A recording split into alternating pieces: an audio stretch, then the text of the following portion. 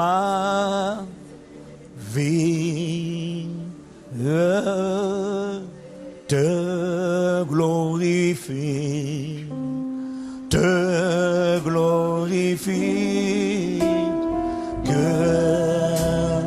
ma vie te glorifie, Seigneur. Que ma vie, qu'elle te glorifie, qu'elle te glorifie, que ma vie, que ma vie, que ma vie te glorifie, que ma vie, que mon caractère, que ma destinée, que mes œuvres, que ma famille, que mon âme, que tout ce qui est en moi, que ma vie. Père, ce n'est pas une chanson, c'est une prière, c'est une invocation, c'est la prière, ce sont les paroles d'un adorateur. Les kabbalah, les bossa, les damambros. Veux-tu te livrer? Y a-t-il une personne pour dire que ma vie te glorifie, Seigneur? Que ma vie, que ma destinée, que ma trajectoire, et que mes choix, et que mes voies, Père, je te prie de gloire. Père, je te prie que ma vie te glorifie, Seigneur. Encore une fois que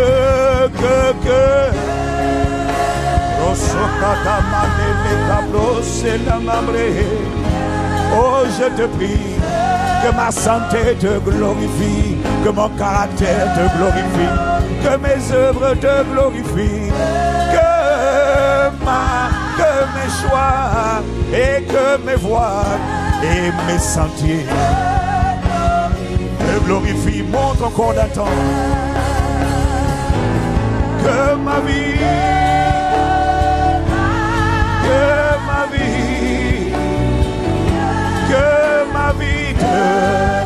glorifie. Père, je te prie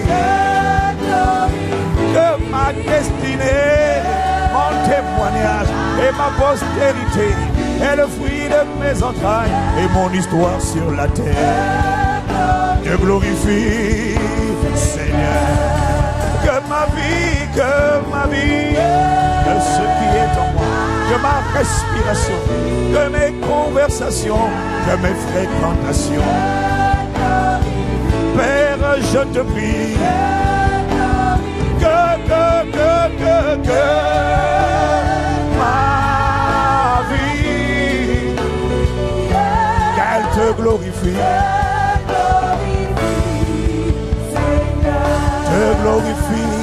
te glorifie, par la puissance de ton esprit qui agit en moi, par la puissance de ton esprit, par ta capacité, que l'église de cette génération te glorifie, que ce qui est en nous, que l'église de cette époque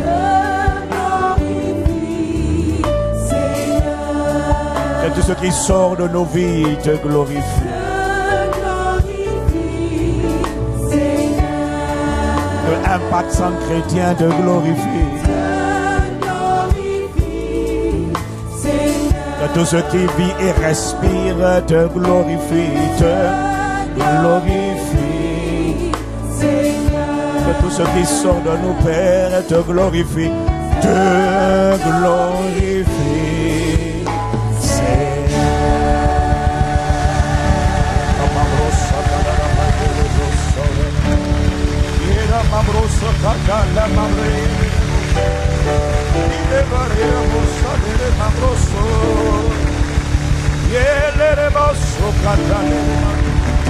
Je vois que ce n'est pas le soupir peut-être que ce n'est pas le soupir de ton voisin, mais a-t-il une personne pour laquelle glorifier Dieu est son soupir, son désir?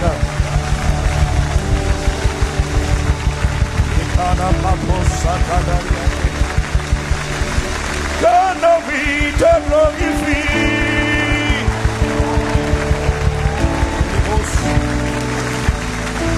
La mollesse de ton acclamation me dérange. La mollesse de ton acclamation, la mollesse de ton expression me gêne.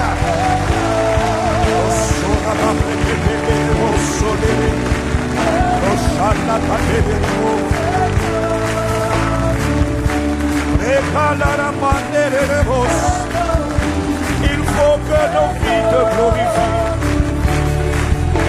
Il faut que nos vies te glorifient. Il faut que nos vies te glorifient.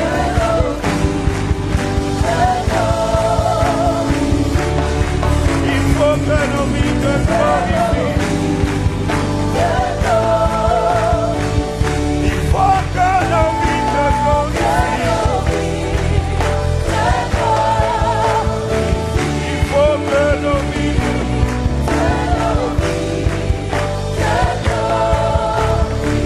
Il faut que nos vies te glorifient. Il faut que l'Église te glorifie. Il faut que Jésus soit glorifié. Il faut que Jésus soit glorifié. Il faut que l'Église te glorifie.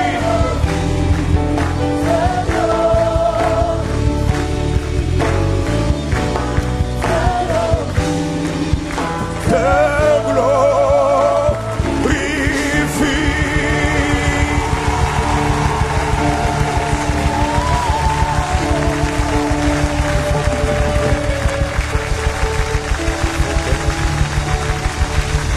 Il faut te glorifier. Parmi nous, plusieurs sont habitués à chanter. Mais peu sont habitués à s'offrir, à supplier, à gémir, à implorer, à invoquer, à soupirer. Ce genre de chant n'est pas un chant. En réalité, c'est une invocation, une humiliation de son âme, une constatation de son état, de sa condition, et un appel à l'aide. Pour que la gloire de Dieu émerge et soit visible. Pour que Dieu soit réel et tangible. Voilà pourquoi, qu'importe la qualité de la sono ou des instruments, dans ce genre de moment, dans ce genre d'atmosphère, tu dois te souvenir qu'au commencement, il n'y avait ni sono ni instrument. Mais il y avait un cœur, le cœur de l'homme. Parce que Dieu ne regarde pas au son, ni au piano, ni à la guitare. La Bible dit que Dieu regarde au cœur. Seigneur, trouve en nous des cœurs qui veulent te glorifier. Nous t'implorons au nom de Jésus. Amen.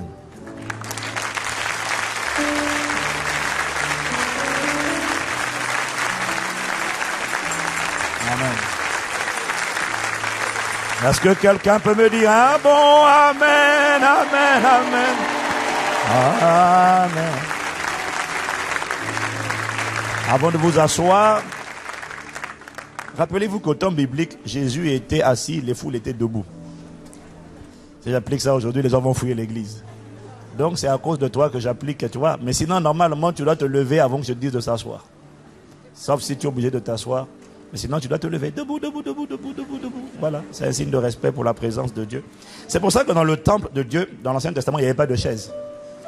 C'était soit tu étais à genoux, soit tu étais allongé, soit tu étais assis, mais il n'y avait pas de chaise. Et vous remarquerez que dans les temples religieux musulmans, il n'y a pas de chaise.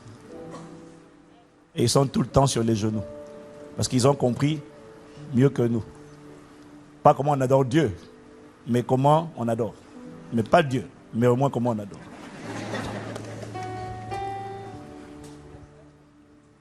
Donc on dit à 3 ans, reste debout. Qui a commencé son ministère de missionnaire et qui a décidé, qui a commencé à aller chercher ses 5 témoins, ses 5 disciples? Levez la main. Levez la main. Voyez-vous le nombre, le peu de mains qui se lèvent? Ou alors, il y en a qui se demandent de quoi il a parlé. J'ai parlé la semaine dernière de trouver pour notre prochain campus central dont nous allons payer les travaux cash. Dis Amen. Ouais.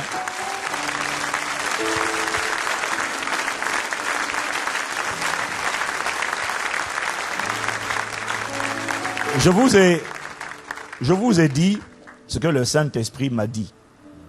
Je vous ai lu Exode 11, verset 1, verset 2 à 3. Le Seigneur m'a dit, parle à mon peuple, pour que chacun demande à son voisin et chacune à sa voisine.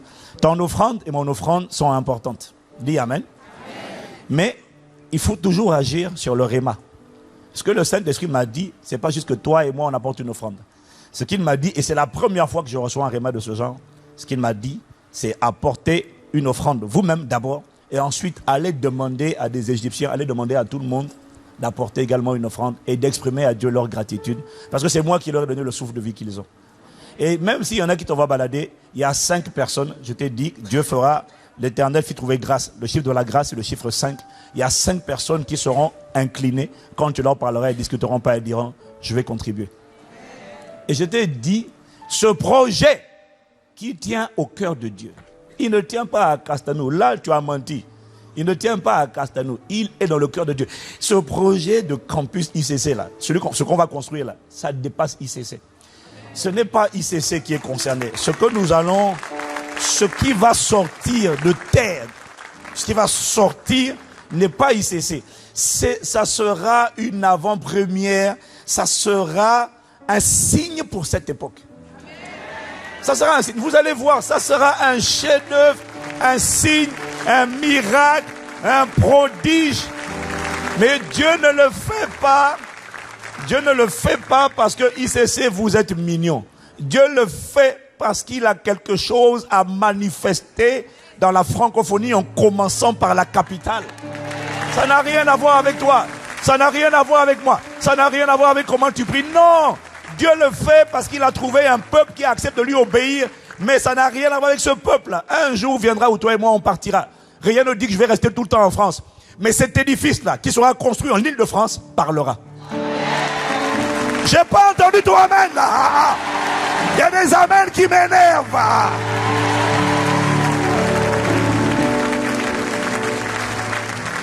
Et il m'a dit de te dire, la clé, c'est l'instruction prophétique. La clé, c'est le réma. C'est la parole qu'il donne sur comment il va le faire. Et Dieu m'a dit, c'est pas seulement toi qui dois apporter une offrande. Tu dois trouver 5. Parce que toi et moi seuls, on va pas y arriver. Amen. Ça réussira si chacun prend cette instruction au sérieux. Et il m'a dit de te dire, je l'ai entendu.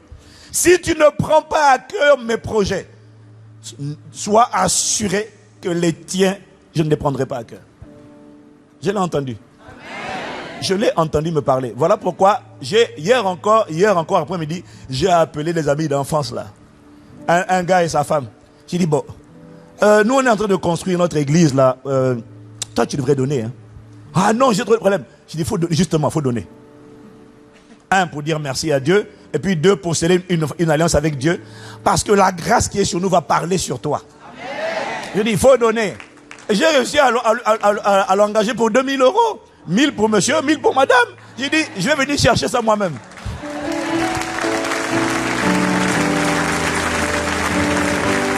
Quelqu'un me dit Amen.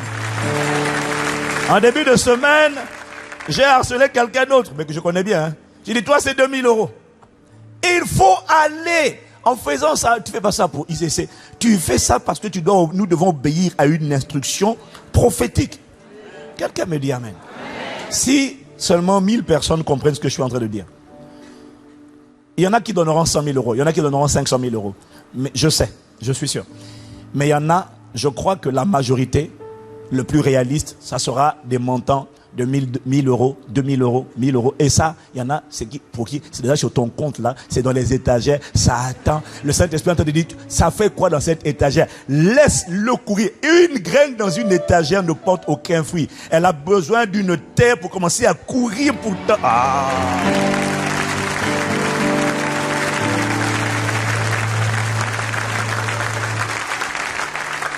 Et si les incroyants, les Égyptiens te disent, mais pourquoi donnerons-nous? Tu leur dis, voilà le passage qu'il m'a donné dans 2 Corinthiens 9, versets 12 à 14. Il m'a dit, car ce service, version français courant, il dit, car ce service que vous accomplissez ne pourvoit pas seulement, et tu leur diras ça, ne pourvoit pas seulement aux besoins des croyants, mais il suscite encore de très nombreuses prières de reconnaissance envers Dieu. Impressionnés par la valeur de ce service, beaucoup rendront gloire à Dieu pour l'obéissance, témoignant de votre fidélité à la bonne nouvelle du Christ. Ils lui rendront gloire pour votre générosité dans le partage de vos biens avec eux et avec tous les autres. Et ils prieront pour vous, voilà ce que nous ferons, en vous manifestant leur affection à cause de la grâce extraordinaire que Dieu vous a accordée. Pour faire court, ce qu'il m'a dit, il m'a dit, ne fais pas seulement une offrande, non, ne fais pas seulement une offrande, ne trouve pas seulement des gens, mais remplis le formulaire d'engagement dans lequel tu t'engages à devenir un bâtisseur du royaume. Ce formulaire, ce petit carton, nous allons le mettre dans les urnes ici pendant les 21 jours de jeûne et prière. Nous allons le mettre dans des urnes et nous allons prophétiser. Et je suis convaincu que les gens qui auront rempli leur carton et qui auront fait une alliance avec Dieu seront visités avant la fin du mois de juin. Avant la fin du mois de juin.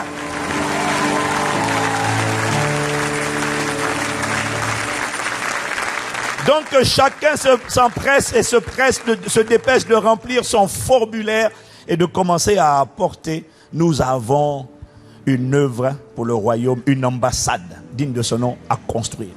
Nous avons un chef-d'œuvre à bâtir pour Dieu dans notre époque et dans notre génération. Quelqu'un me dit Amen et acclame le nom du Seigneur. Alléluia. Voilà. Maintenant, tu cries un bon gloire à Dieu et tu peux prendre ta place. Voilà, là maintenant tu peux prendre ta place. Voilà. Ivan a eu compassion de toi. Quelqu'un me dit encore gloire à Dieu. Alors dis à ton voisin, Dieu. J'ai dit, dis à ton voisin, Dieu ordonne que tu te lèves et que tu brilles. Voilà.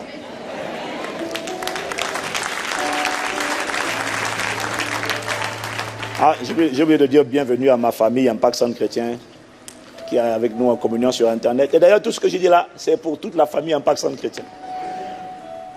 Là où nous sommes en train d'aller demain, le projet que nous sommes en train de parler ne concerne pas Boissy. Ça concerne le royaume. Quelqu'un me dit Amen. Amen. Dis encore à quelqu'un, Dieu ordonne que tu te lèves et que tu brilles. Aujourd'hui, je vais commencer une série d'enseignements. Je vais commencer par une parole prophétique que j'ai reçue et que je vais transmettre. Aujourd'hui, je vais commencer un thème qui va aller jusqu'à la conférence. Et c'est la saison. Et il m'a dit, nous sommes rentrés dans la saison où la gloire de Dieu sera visible, sera vue sur son peuple comme jamais auparavant.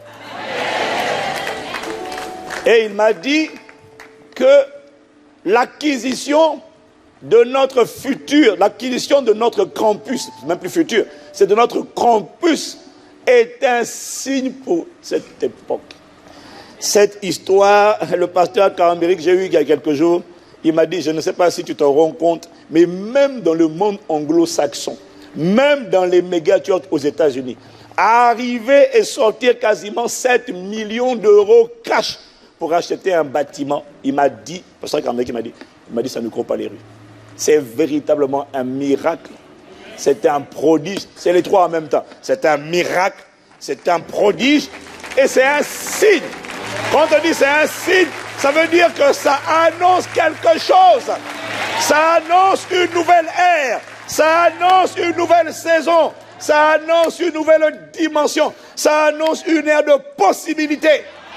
Ça annonce un nouveau type, un nouveau regard sur l'Église. Ah! Ah!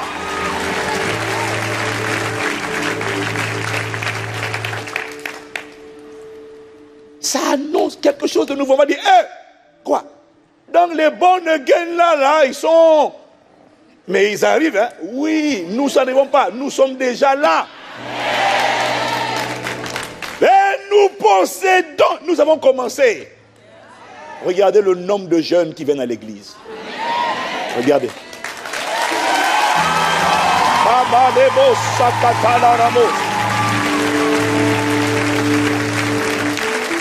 Quand il n'y a que des vieux, des seniors, 70 ans et au-delà, c'est pas bon signe. Mais quand la jeunesse, qui est la cible du diable, se réveille et vient, je dis, oh, Rosoka Daleba Breka. Et permettez-moi de vous dire que nous sommes les premiers jeunes ici. Alléluia. Assurément, bien-aimés, réalisez, je vous supplie de savoir lire par les circonstances. Quelque chose est en train de se passer. Et c'est le Saint-Esprit qui l'a fait. La gloire de Dieu est en marche. Elle sera vue sur l'Église comme jamais auparavant. Elle sera vue comme jamais auparavant dans la vie de ceux qui sont prêts à dresser la piste d'atterrissage pour l'accueillir. Parce qu'au fur et à mesure qu'on ira dans cet enseignement, tu comprendras que la gloire n'atterrit pas n'importe où. Non. Mais lorsque quelqu'un est prêt à dresser la piste, Dieu dit c'est ça. Quelqu'un me dit un bon amen. Il m'a dit, j'ai décidé de m'exhiber. J'en ai assez de rester caché dans le spirituel. J'ai décidé de show up, de montrer à quoi je ressemble, de montrer qui je suis. Oh, Kalerebo Sana. Et laisse-moi te dire une chose. Quand Dieu décide de se montrer, ce n'est pas l'arc-en-ciel. Non. Quand Dieu décide de se montrer, ce n'est pas le vent impétueux. Non. Quand Dieu décide de se montrer, Dieu est esprit. Quand il décide, si c'est le vent, les gens vont dire c'est juste le vent. Ils ne vont pas croire. Quand Dieu décide de se montrer, étant donné qu'il est esprit, il opère à travers un vase appelé être humain. Et à travers cette personne, il commence à se démontrer. Il commence à révéler ses facettes. Oh! Je déclare et je décrète que tu es la personne qui va démontrer Dieu dans ton époque et dans ta génération. Dis-moi amen. Parlez de boss. Dis à deux personnes, je vais démontrer Dieu. Mon ami, je vais démontrer Dieu. Ils m'ont dit, ton Dieu là n'existe pas, ce n'est qu'une religion. Je vais te le démontrer. T'inquiète pas, il dit, laisse-moi, écarte-toi, laisse-moi, oh, laisse-moi montrer qui je suis. On va voir Dieu. Quelqu'un me dit amen. Ésaïe 60, je vais vous le lire dans plusieurs passages parce que le Saint-Esprit m'a mené. Je vais vous faire atterrir quelque chose. Ésaïe 60, au verset 1 jusqu'au verset 2. On va commencer par second 21. Il dit, lève-toi. Brille, dis avec moi, brille. Wow, brille. Le texte hébreu pour brille signifie devient clair, devient lumineux, devient brillant. C'est un ordre. En hébreu, c'est à l'impératif. Lève-toi, brille, car ta lumière arrive. Et bizarrement dans le texte grec, c'est le même mot qui est utilisé pour dire brille, qui est utilisé encore pour dire lumière. C'est le même mot, ce n'est pas un autre mot. C'est exactement le même mot. Donc en fait, il dit, lève-toi, brille, deviens lumineux, deviens éclatant, parce que ton éclat, parce que ta lumière arrive. Et les traductions qu'on va voir après disent, parce que ta lumière, on va dire, ta lumière est venue. Certains disent ta lumière arrive, d'autres disent ta lumière est venue. C'est une parole prophétique qu'Ésaïe annonce. Après il dit, car ta lumière donc arrive, et, dis avec moi, et, la gloire de l'Éternel se lève sur toi. Verset 2, il dit, certes, dis avec moi, certes. Dis encore, je sais. Il dit, je sais, certes, les ténèbres couvrent la terre et l'obscurité profonde enveloppe les peuples. Je suis au courant, me dit le Seigneur. Mais sur toi, l'Éternel se lèvera. Sur toi, sa gloire apparaîtra. Non. Dis avec moi, elle apparaîtra. Tu vas comprendre pourquoi je n'ai pas pris Louis II classique, j'ai pris Louis II 21 qui est la version révisée et qui est plus proche de tous les autres textes, aussi bien anglais que français moderne, où il dit sa gloire apparaîtra. Parce qu'il y a une différence entre la gloire de l'Éternel se lève sur toi et la gloire de l'Éternel apparaît à travers toi. Et on va voir, il y a une différence. Dis seulement Amen si tu me suis. La version Darby dit, lève-toi, resplendis. Oh, calez les bouches. Car ta lumière est venue et la gloire de l'Éternel s'est levée sur toi. Car voici, les ténèbres, c'est vrai, tu le diras, couvriront la terre et l'obscurité profonde enveloppera les peuples. Mais sur toi, dis avec moi, mais sur moi, l'Éternel, mais sur toi se lèvera l'Éternel et sa gloire sera vue sur toi. La version du semeur dit, lève-toi, resplendis. Car voici ta lumière. Car sur toi s'est levée la gloire du Seigneur. Voici que les ténèbres couvrent la terre et une nuée, une obscurité sombre couvre les peuples, mais sur toi, l'Éternel l'Éternel se lèvera lui-même comme un soleil et l'on verra sa gloire apparaître sur toi. Je veux que tu dises à quelqu'un, sa gloire apparaîtra. Oh Seigneur, accorde-nous la grâce de croire à la parole prophétique, parce que Dieu ne fait rien sans avoir annoncé, envoyer d'abord sa parole. Dieu ne fait rien sans annoncer la parole. Et il m'a dit de te dire, la raison pour laquelle Dieu annonce toujours, il envoie toujours la parole avant la manifestation, c'est parce que s'il n'envoie pas la parole et qu'il y a la manifestation, les gens diront c'est le hasard, c'est le Big Bang, c'est de simple coïncidence. Mais quand la parole a été envoyée et que la parole est manifestée, on dit non, ce n'est plus le hasard, Dieu l'avait dit. Oh, les cababros, dis avec moi, sa gloire apparaîtra. Dans ce texte, Ésaïe, le prophète, est projeté par le Saint-Esprit dans le futur où il voit la venue de celui qu'il appelle la lumière. Parce qu'il dit, lève-toi et brille, ou encore resplendis, ou encore deviens lumineux, étincelant, éclatant, car ta lumière arrive. Les autres textes disent, car ta lumière est venue. Dieu a emmené Ésaïe en esprit pour voir la venue de la lumière. On dit avec moi la lumière.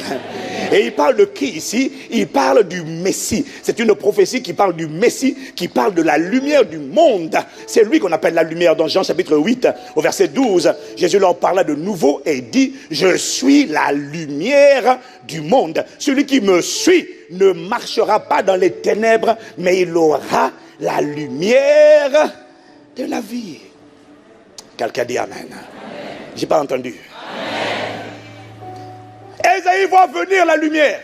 Et Ésaïe voit que lorsque la lumière, la personne de la lumière, Jésus le Christ, arrive sur un peuple, arrive sur une personne, Ésaïe dit, cela signifie que la gloire de l'Éternel se lève sur cette personne, se lève sur ce peuple, se lève sur cette communauté.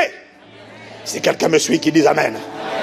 Je vois la gloire de Dieu se lever sur nos vies, la santé, la destinée, le témoignage, l'héritage, la postérité. Je vois la gloire de Dieu se lever. Mais tu vois, il dit, au verset 1, il dit, la gloire de l'Éternel se lève sur toi. Ça, c'est au verset 1. Et au verset 2, il dit, mais sur toi, l'Éternel se lèvera. Sur toi, sa gloire apparaîtra. Je n'avais pas compris la différence jusqu'à ce que le Saint-Esprit me dise, mais regarde le soleil. Il y a une différence entre le soleil se lève. Il y a une différence entre le lever du soleil et le soleil quand il est dans toute sa force et qu'il émet de tout son éclat. C'est différent. Il m'a dit quand il se lève, ça veut dire qu'il amorce quelque chose.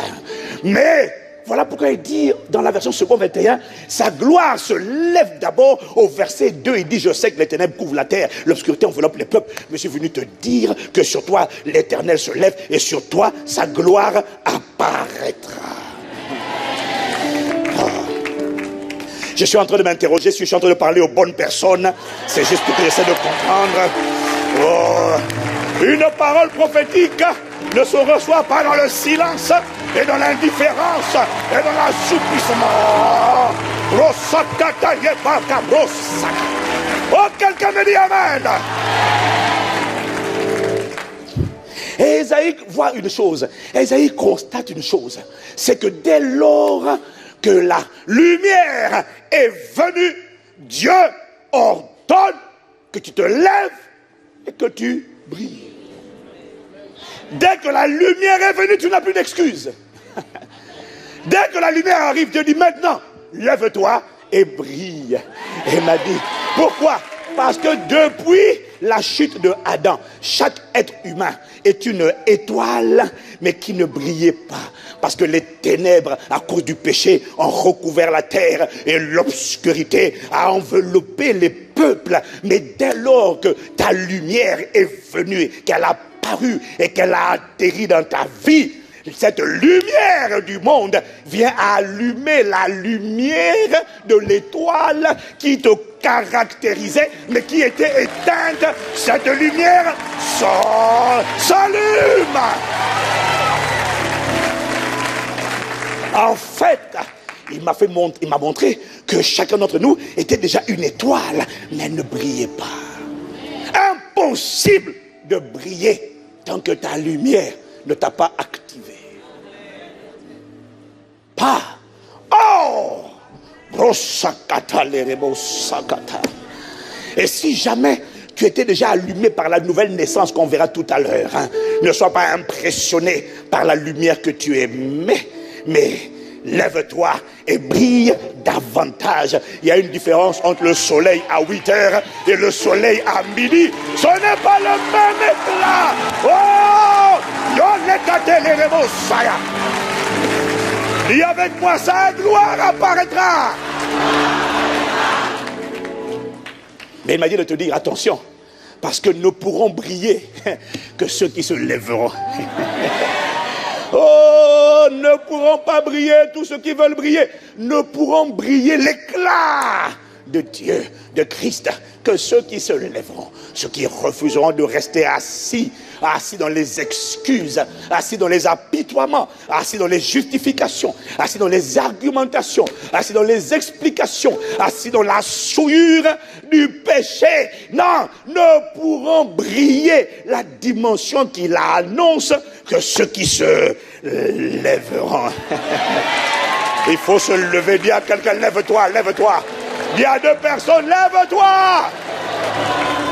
Ne pourront briller que ceux qui se lèveront. Il faut se lever dans un environnement complexe, difficile et délicat, où manifestement et de toute évidence, les ténèbres recouvrent la terre et ça se voit. L'obscurité voile les peuples dans un environnement où personne n'ose se distinguer, personne n'ose se démarquer. Les gens n'osent pas sortir du lot et assumer une vie et assumer la revendication de la possibilité d'une vie de distinction et de démarcation divine. Si tu regardes autour de toi, tu verras véritablement que l'obscurité enveloppe les peuples. Les gens sont dans le train-train de la religiosité. Personne n'ose vivre une vie qui fait la différence. Tout le monde choisit la conformité au monde, la conformité à la tradition. C'est la tradition de notre famille, de père en fils, depuis plusieurs générations. C'est notre tradition religieuse. La plupart des gens n'osent pas ça. C'est la tradition à Paris. C'est la tradition. Il faut que l'église ait 200 personnes, 300. C'est la tradition. Il faut que nos édifices soient modernes. C'est la tradition. Mais Dieu dit, lève-toi, sors des sentiers battus.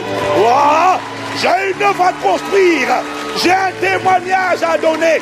J'ai une gloire à manifester, à faire apparaître. Dis avec moi, lève-toi. Lève-toi. Tu es en train de parler à toi-même. Dis avec moi, lève-toi. Lève-toi. Il faut se lever dans un environnement où tout le monde dit, mais c'est impensable, c'est improbable, c'est impossible, que de confessions négatives, où les gens disent, non, on va juste se contenter du petit. Dieu dit, non, lève-toi, j'ai une gloire à faire paraître, je dois devenir visible, je veux me montrer, j'en ai assez de rester caché, je suis esprit, je suis adoré en esprit, en vérité, mais je veux que cette génération me connaisse et me voit, et ils me verront à travers toi, ils verront ma nature, ils verront mes œuvres, ils verront ma puissance, ils verront ma présence, à travers toi.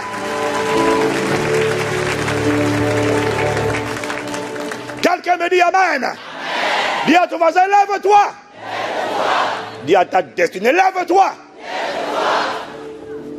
Se lever, c'est faire preuve de courage, de hardiesse, de zèle, de détermination, à ne pas se laisser intimider par combien, à quel point les ténèbres recouvrent la terre et à quel point l'obscurité enveloppe les peuples. Oh, ils sont nombreux les occultistes. Oh, ils sont nombreux ceux qui se détournent de Dieu. Ils sont nombreux. Je ne suis pas impressionné. Dieu n'a pas besoin de la masse. Dieu a besoin de la poignée du reste qui se lève.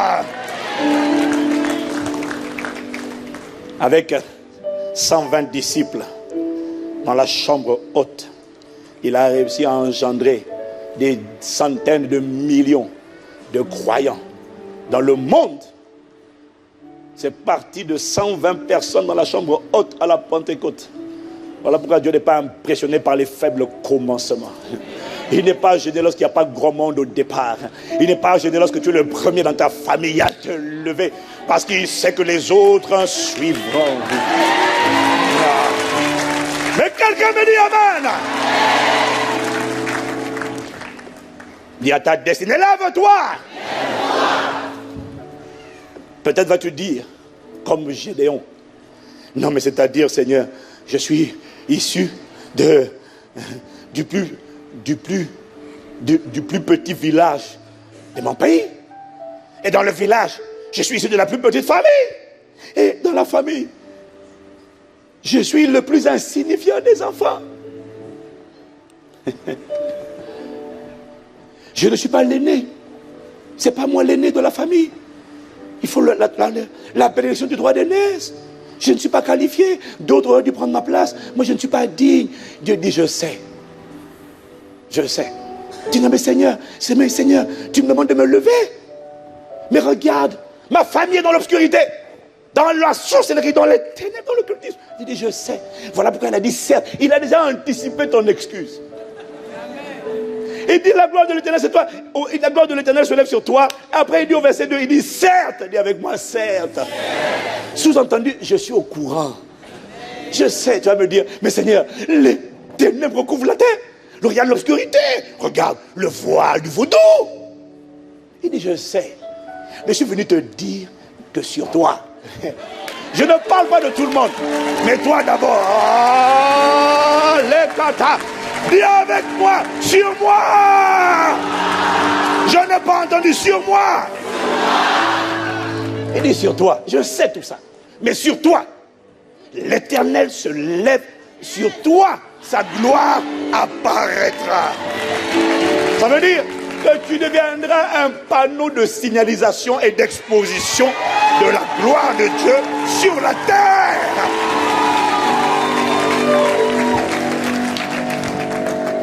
Oh, quelqu'un me dit amen. Nous sommes dans une nouvelle saison. Mais la question c'est au fait. Non. La question c'est au fait. C'est quoi la gloire de Dieu? Parce qu'avant de dire que la gloire de Dieu va apparaître, la question c'est quoi la gloire de Dieu? Pourquoi être enthousiasmé par le fait que la gloire de Dieu est sur le point d'apparaître? Pourquoi? Le mot gloire vient du mot grec hébreu kabot ou du mot hébreu, du mot grec doxa. Dis avec moi doxa.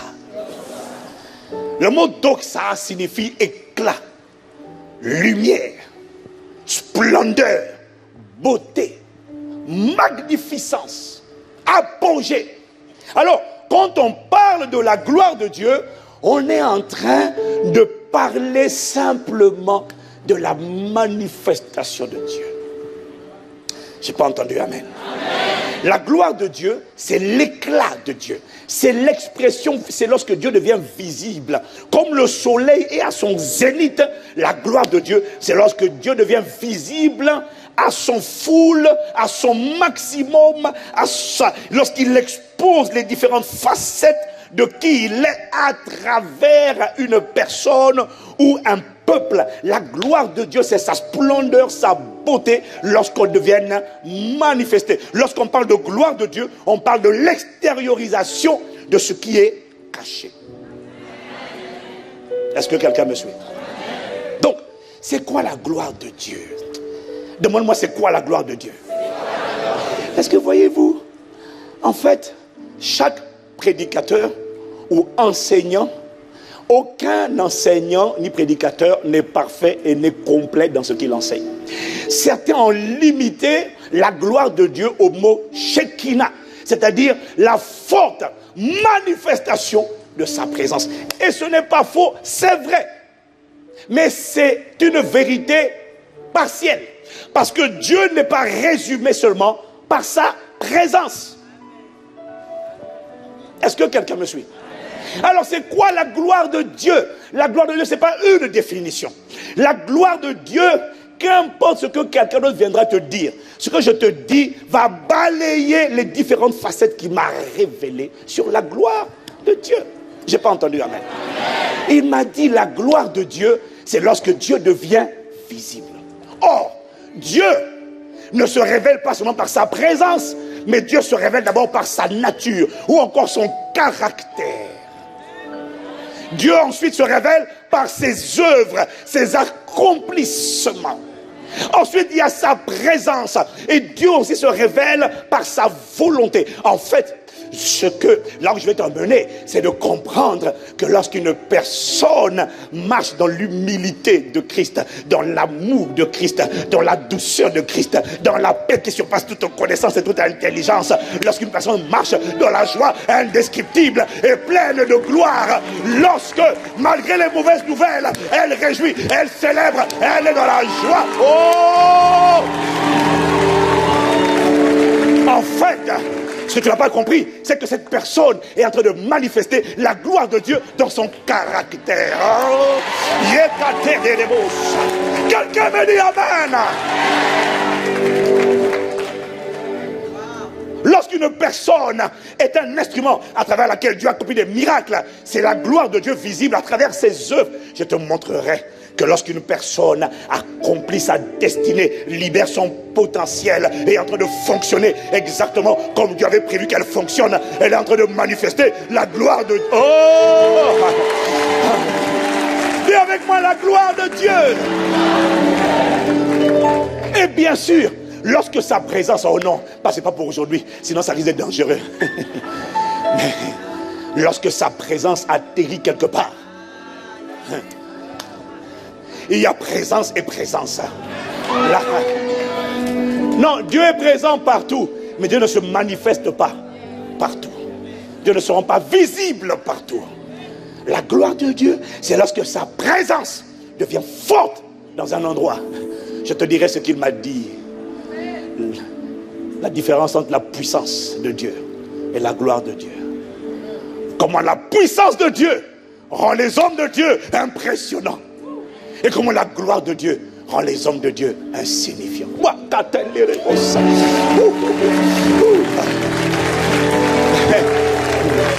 m'a dit, dans ma puissance, on voit l'homme de Dieu. Mais ça, c'est la puissance, l'onction. Mais quand c'est ma gloire, l'homme de Dieu à genoux. Oh Seigneur, je veux voir ta gloire. Je veux voir ta gloire. Je veux voir ta gloire. Oh, je veux voir. I want to see your glory. Oh, oh, je veux voir ta gloire. Quelqu'un me dit amen. La gloire de Dieu, bien-aimé, c'est quoi? La gloire de Dieu, c'est la manifestation, pas de la présence de Dieu, mais de la personne de Dieu, dans toutes ses facettes. Dis amen. Caractère, œuvre, présence, volonté. Parce que lorsque ce que Dieu a dit est manifesté, sa gloire est révélée. Pourquoi? Parce que c'est ce qu'il a dit qui a pris forme. Et on verra plus tard. Si ta vie... Non, on va pas dire. Tu vas devoir te poser la question bientôt. Savoir, de qui es-tu en train de manifester la gloire? Parce que tu te rendras compte que la vie que tu vis aujourd'hui n'est pas le fruit du hasard. C'est le résultat de paroles, de prophéties, fruit d'alliance. Pour beaucoup d'entre nous, ce sont des démons affectés à la maison des pères qui ont dit on va contrôler aussi la trajectoire des enfants. Ils vont faire, elle va être mon instrument pour faire tomber les hommes. Il va être mon instrument pour faire tomber les femmes. Et l'enfant grandit et il est pressé par des pulsions qui le poussent à poser certains actes. Et il dit non, non, non, non, non, non. Tu es croyant, il n'y a pas de problème. La question, c'est pas être croyant ou pas croyant. La question, c'est de qui es-tu en train de manifester la gloire. Autrement dit, quelles sont les paroles? Qui a prononcé les paroles que tu es en train de vivre? Ma vie te glorifiera. Ma vie sera le résultat des paroles que tu as prononcées avant la fondation. Oh, dis-moi amen. Waouh. Si tu me suis, je n'entends pas, je vais entendre un meilleur amen. Est-ce que tu peux acclamer la présence de Dieu?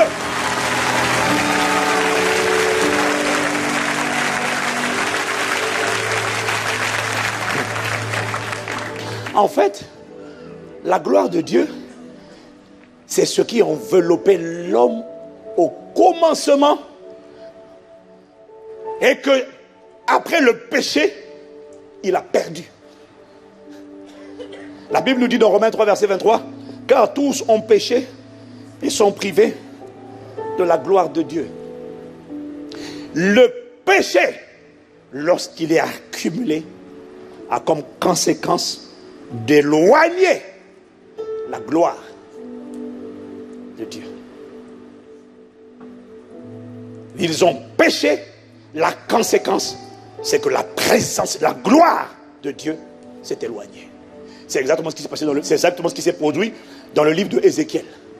Plus Israël multipliait les abominations, et à un moment donné, la présence de Dieu a commencé à se déplacer. Elle était au sein des saints. Et puis après, Dieu a commencé à sortir de la place. Il dit, je ne reste pas ici. Et il s'est mis au niveau du seuil, du temple, du parvis. Et progressivement, il s'est éloigné. Pourquoi? Le péché éloigne la présence de Dieu. Dis avec moi la gloire de Dieu. Et nous avons déjà dit ici que le péché est comme un vêtement qui a enveloppé l'esprit de l'homme, qui a enveloppé l'esprit de l'homme lorsqu'il a péché, lorsque Adam a chuté.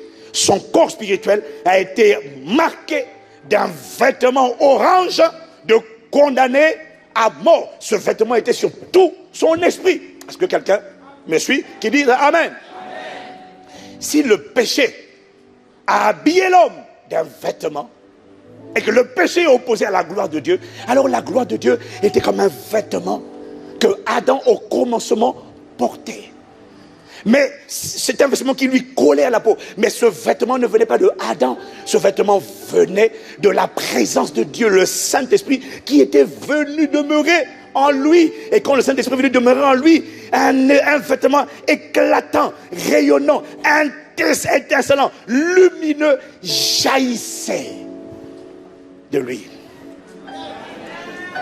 Est-ce que quelqu'un me suit? Et c'est exactement ce que dit la version parole vivante de Romains 3, verset 23.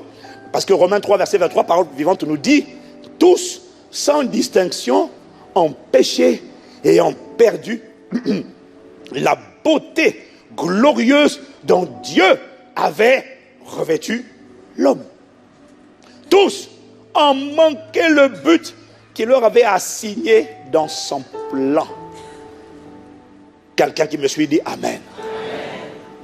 Si tu me suis, dis Amen. Amen. Oh, dis avec moi, Seigneur, je veux vivre ta gloire. Oh. La gloire de Dieu est ce qui couvrait l'homme au commencement. Il était étincelant, resplendissant, éclatant, lumineux. Et c'est ce que David a vu dans le psaume 8. Quand il a eu la vision de l'homme au commencement, quand il a dit, dans Psaume 8, versets 4 à 6, quand je contemple les cieux, ouvrage de tes mains, la lune et les étoiles que tu as faites, je m'interroge, qu'est-ce que l'homme? Pour que tu te souviennes de lui, et le Fils de l'homme, pour que tu prennes garde à lui, tu l'as fait de peu inférieur à Dieu. Et le texte hébreu ne dit pas tu l'as fait de peu inférieur à Dieu. Le texte hébreu littéralement traduit dit, il s'en est fallu de peu pour que tu ne le fasses Dieu. Oh là, les beaux ça te montre juste à quel point il a élevé l'homme à sa dimension. Et tu l'as couronné de gloire et de magnificence. L'éclat, la lumière, il resplendissait.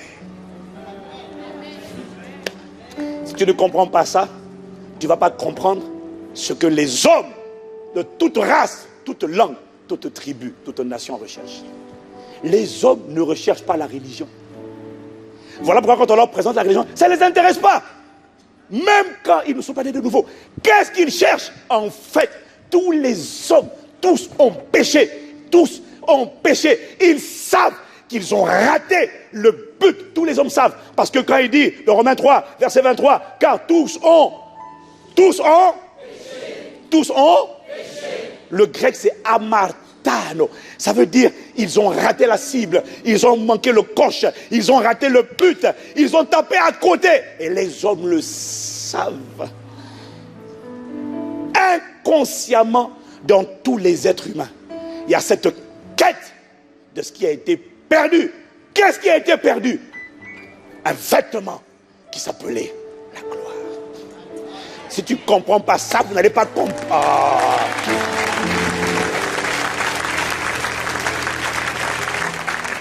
Le Saint-Esprit m'a dit, les hommes me cherchent sans savoir que c'est moi qu'ils sont en train de chercher.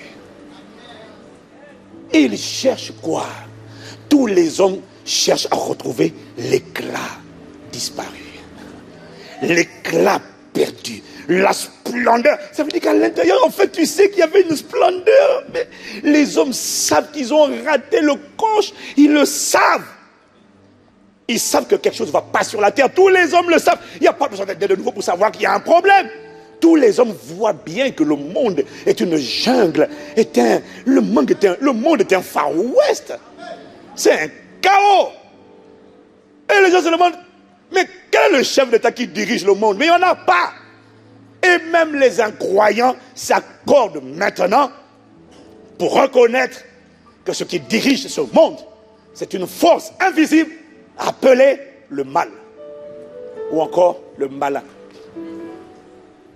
Ce qui s'accorde avec les Écritures, puisque 1 Jean 5, verset 19 nous dit que le monde entier est sous la puissance du malin.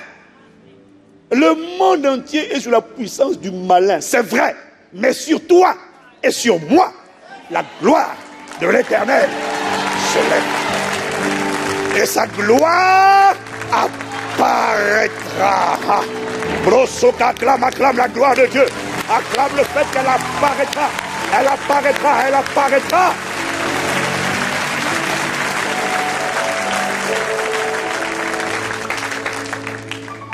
Tous les hommes soupirent, gémissent, cherchent l'éclat perdu. C'est ça que les gens cherchent.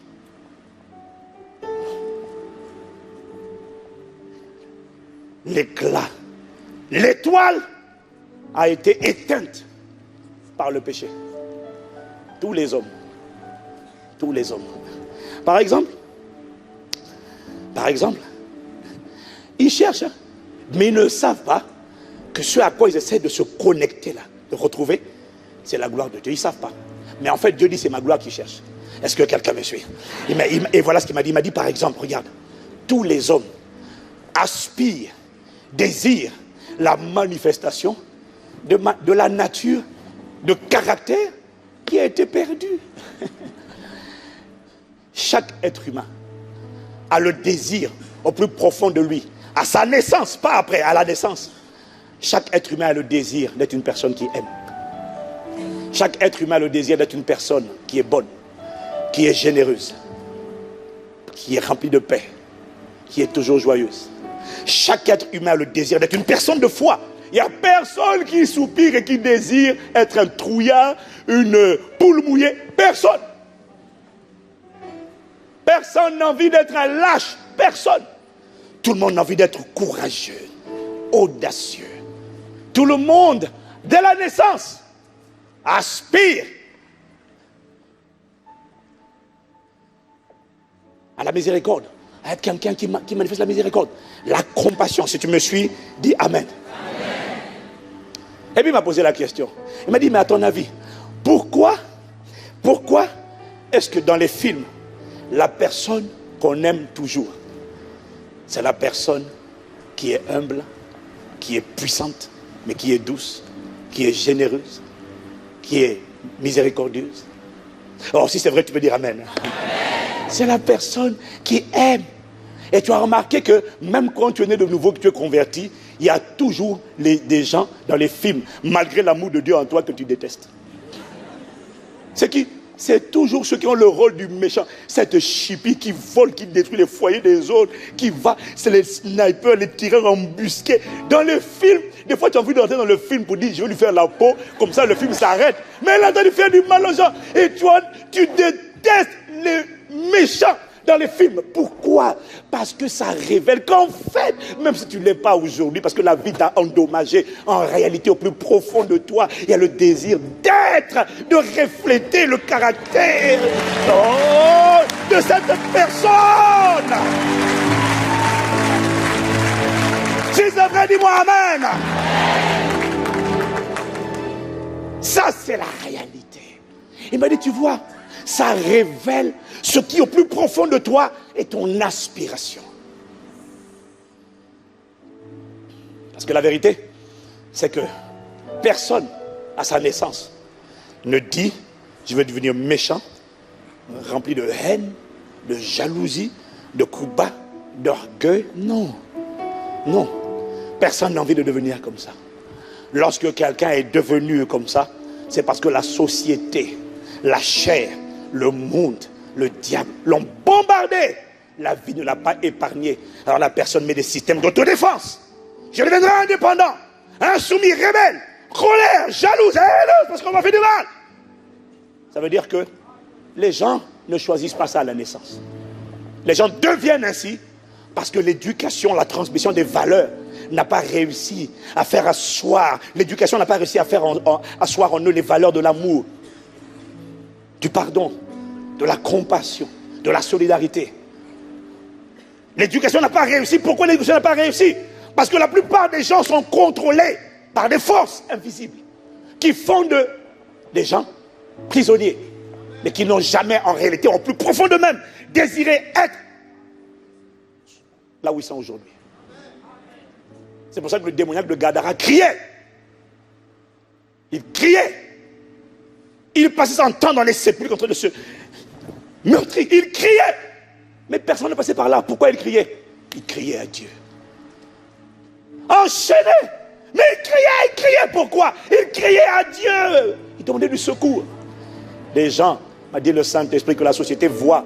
Ils sont méchants, ils ont un sale caractère. La société les voit comme étant des coupables, des fautifs, des meurtriers. Jésus les voit comme étant des victimes d'une guerre spirituelle où une force les a pris en otage et est en train de les contrôler. Non, ça c'est pas pour aujourd'hui. C'est pas pour aujourd'hui. Mais les gens sont des victimes. Là où nous les considérons coupables, nous tous, c'est vrai. Jésus les voit comme des victimes.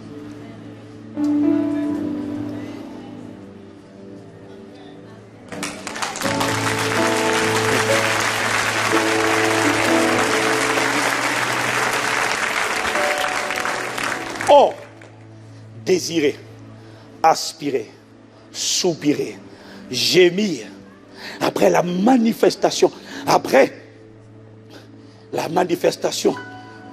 du même caractère que le caractère de ce super-héros, de ce héros qu'on voit dans le film. Aspirer à manifester ce genre de bonté, ce genre d'humilité, ce genre d'amour, ce genre de douceur, ce genre de courage, ce genre de foi, ce genre de ténacité, ce genre d'endurance, ce genre de persévérance, ce genre de patience que tu aimes dans les films révèle qu'en réalité, chaque être humain aspire à manifester la nature de Christ, le fruit de l'esprit, le caractère de Dieu, l'image de Dieu. Mais lorsque l'image de Dieu est visible à travers une personne, la gloire de Dieu est visible dans son caractère.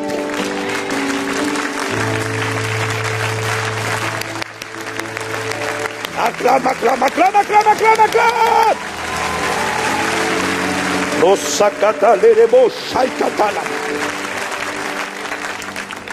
Oui, tous les hommes aspirent, quelle que soit leur religion, à manifester. C'est ça qu'ils cherchent. Ils n'y arrivent pas, mais c'est ça qu'ils cherchent. Si tu me suis dit amen. Tout le monde aspire à déployer ses capacités. Les hommes réalisent qu'ils ont un potentiel. Les hommes cherchent à exprimer leur différence, leur singularité, leur unicité. Personne n'a envie d'être un clone des autres. Même s'il aime les autres, mais en fait au plus profond de lui, c'est parce qu'il n'a pas réussi à être ce qu'il devait être, à manifester qui il est à l'intérieur. Pourquoi, m'a dit le Saint-Esprit, crois-tu que les stages de développement personnel ont autant explosé dans tous les pays du monde? Tout le monde fait des stages de développement. Tout le monde aspire à être et à enfin faire ce qui correspond à ce que je sens qu'il y a au-dedans de moi. Mais est-ce que tu sais que la personne qui manifeste, qui comme l'oiseau trouve son unicité, que Dieu a téléchargée en elle avant la fondation du monde et qui l'exprime dans son époque, pas pour aujourd'hui, mais est-ce que tu sais que cette personne est en train, si c'est ce que Dieu avait prévu de faire à travers elle, et qu'elle fait, parce que les professeurs, les médecins, les parents ont prévu, non, ce que Dieu a prévu, comme Joseph dans son couloir de premier ministre, est-ce que tu sais que c'est la manifestation de la gloire de Dieu dans la destinée, dans le...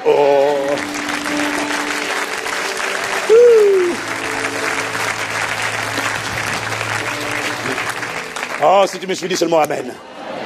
Tous les hommes, m'a dit le Saint-Esprit, tous les hommes désirent cette atmosphère intérieure, cette sensation intérieure, sensation forte et sublime, extraordinaire, de paix qui surpasse toute intelligence, de joie indescriptible et pleine de gloire. Tout le monde aspire à cette sensation où on peut atteindre, tout le monde aspire à atteindre cette dimension où on est en permanence ivre, où on est insouciant, où on ne se soucie de rien, on ne s'inquiète de rien, on marche dans la paix. Les hommes aspirent à cette dimension de quiétude, de plénitude. Dans le monde, ils ont inventé le mot zénitude, mais non, c'est pas zénitude, c'est plénitude.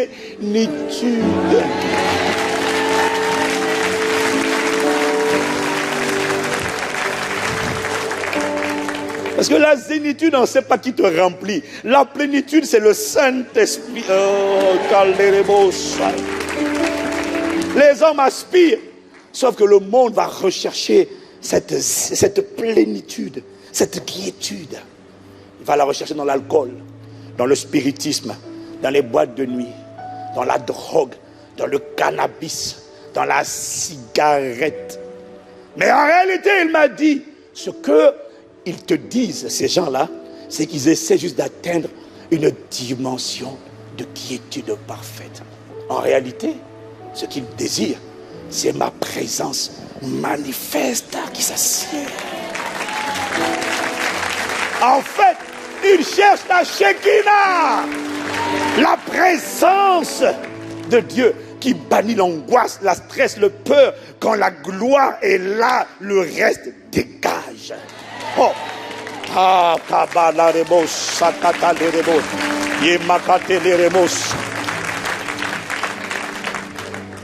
Tous les hommes aspirent, tous les hommes désirent, tous les hommes soupirent, mais ils n'y arrivent pas. Les hommes n'y arrivent pas. Ils ont beau essayer, ils n'y arrivent pas. Pourquoi? Parce que le monde n'a pas compris. Le monde ne sait pas que pour que tu brilles de nouveau, pour que l'étoile soit resplendissante, éclatante, lumineuse, rayonnante, il faut d'abord que ta lumière arrive, paraisse, elle atterrisse. Tu ne peux pas briller, Madame l'étoile, si la lumière ne vient pas t'allumer. Voilà pour... Oh,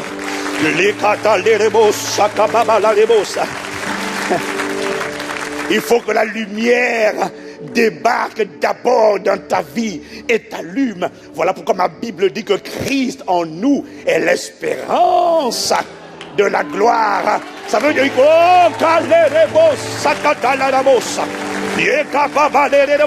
ça veut dire quoi? Ça veut dire que toute étoile que tu es, qui en a assez d'être éteinte, de pâlir, si tu veux être réactivé, il faut que tu viennes à Christ. Christ est celui qui réallume, qui réactive la dimension de ta vie. Oh, oh, oh, oh, il faut qu'il se lève dans ta vie. Il faut qu'il se lève. Attends, il faut qu'il se lève. Mais quand il va se lever et qu'il va cheminer avec toi, à un moment donné, sa gloire va apparaître. Mais il faut déjà qu'il se lève. Voilà pourquoi il m'a demandé de te dire ce matin, toi qui ne le connais pas, toi qui ne l'as pas encore reçu, toi qui vas à l'église, qui est un religieux, mais qui n'a pas fait de Jésus le Maître, le Seigneur et le Sauveur de ta vie, tu ne peux pas retrouver l'éclat sans d'abord revenir à lui.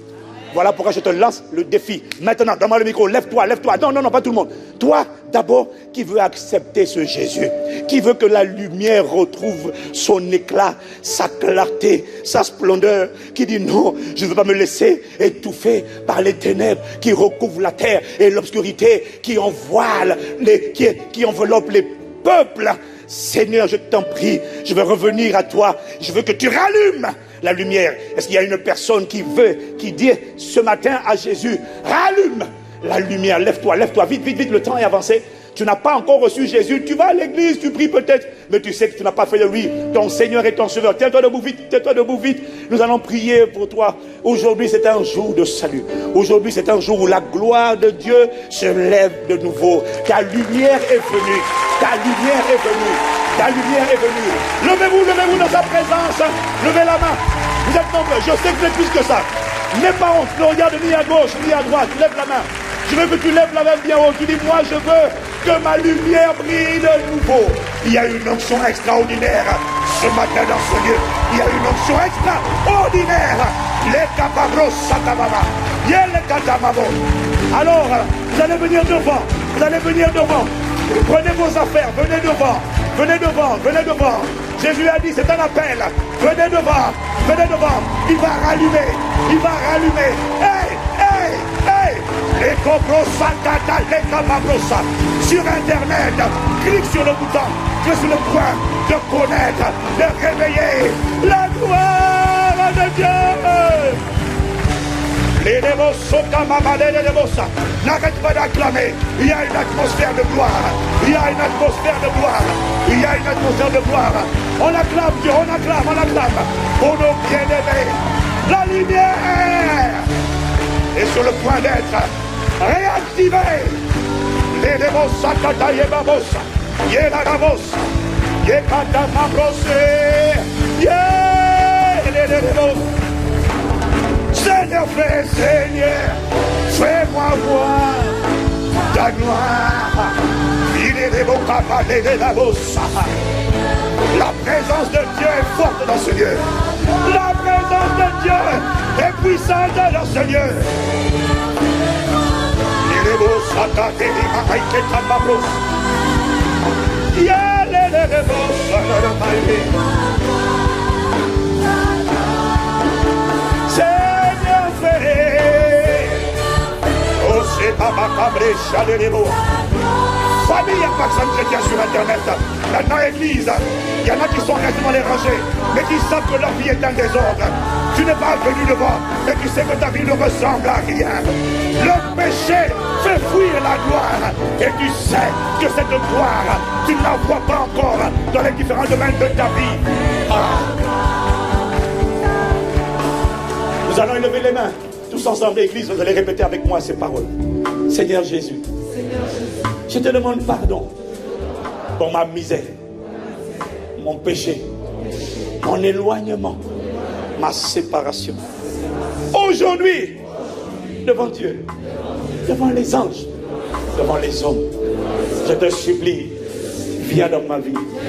Sois mon Seigneur, sois mon Sauveur. Rallume la lumière qui avait été éteinte par le péché. Rallume la lumière et que l'étoile brille, soit rayonnante, étincelante dans ma vie, dans mon époque. Seigneur Jésus, apparaît, apparaît, apparaît, apparaît. Merci de ce que tu entends, de ce que tu réponds et de ce que je déclare, que ma vie ne sera plus jamais la même. Parce que sur moi, la gloire du Seigneur se lève au nom de Jésus. Amen. Amen, amen, amen. La prière que vous venez de faire est une prière extraordinairement puissante. Dans les semaines à venir, vous allez voir ce que le Saint-Esprit va faire. Et dès lors, nous voulons prendre vos coordonnées et rester en contact avec vous. Je vais vous demander, s'il vous plaît, de bien vouloir suivre un conseiller à l'intégration. On va juste prendre vos coordonnées. On va vous appeler dès cette semaine et nous allons vous emmener dans un programme de transformation, de révolution spirituelle. Est-ce que vous pouvez acclamer le Seigneur, s'il vous plaît? Suivez, on va juste 5 minutes seulement, 5 minutes. Vous êtes les bienvenus, bienvenus. Est-ce qu'on peut acclamer? Mon frère, tape-moi là, tape-moi là.